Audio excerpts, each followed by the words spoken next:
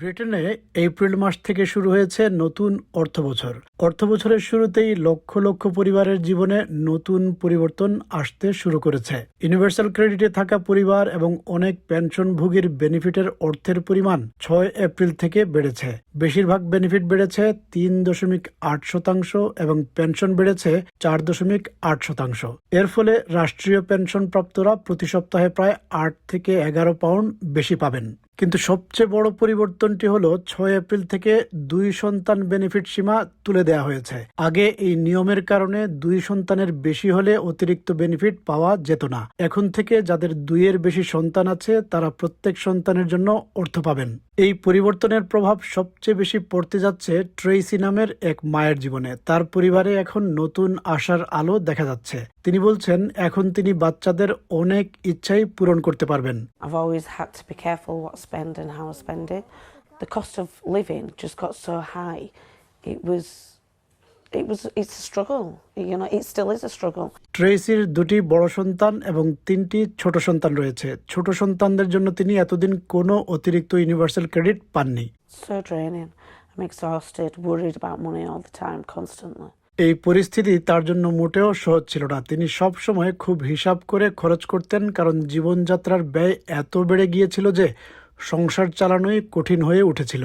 গত 9 বছর ধরে ইউনিভার্সাল ক্রেডিটের চাইল্ড বেনিফিট শুধুমাত্র 2 সন্তানের জন্য সীমাবদ্ধ ছিল। ট্রেসির ছোট সন্তান হার্লি এবং লোনার পুরো জীবনটাই এই সীমার মধ্যে কেটেছে। এই চাপ তাকে মানসিকভাবে ক্লান্ত করে ফেলেছিল। তিনি সবসময় অর্থের চিন্তায় থাকতেন। যেসব পরিবার এখন বাড়তি অর্থ পাচ্ছে তাদের মধ্যে প্রায় 59% পরিবার কাজ করে উপার্জন করেন। ট্রেসি স্থানীয় কাউন্সিলে ফুল টাইম কাজ করেন আর অতিরিক্ত কিছু আয়ের জন্য মাঝে মাঝে একটি পাবেও কাজ করেন। একজন সিঙ্গেল মাদার হিসেবে তিনি মনে করেন সরকারের এই সহায়তা তার জন্য অনেক বড় সাহায্য, কারণ একমাত্র তার উপার্জন দিয়ে সংসার চালানো যথেষ্ট হচ্ছিল না। Being a single parent and having that support from the government is a help. It's a massive help because my wage, one wage that comes into the property, it's not enough. It doesn't stretch enough. এখন নতুন নিয়ম অনুযায়ী যারা যোগ্য তারা কোনো আবেদন ছাড়াই মে মাস থেকে প্রতি সন্তানের জন্য মাসে প্রায় 300 পাউন্ড করে অতিরিক্ত বেনিফিট পাবেন।